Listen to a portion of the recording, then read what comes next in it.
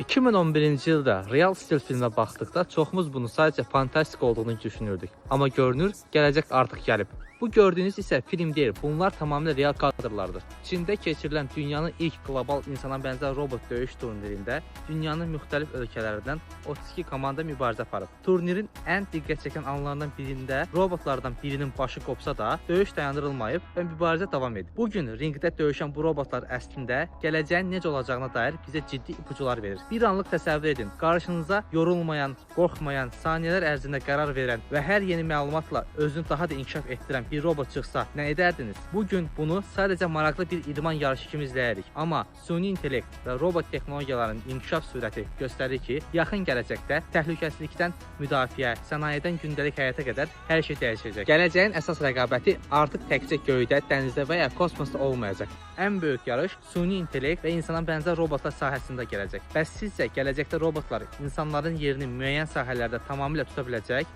Fikirlərinizi şərhlərdə yazın.